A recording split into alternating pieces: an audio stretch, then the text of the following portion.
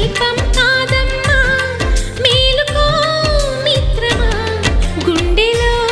జ్వాలలే జ్యోతిగా మారగా చీకటి దారిగా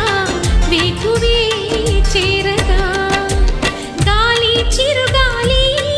నిన్ను చూసిందెవరమ్మా వెళ్ళే నీ దారి అది ఎవరికి తెలుసమ్మా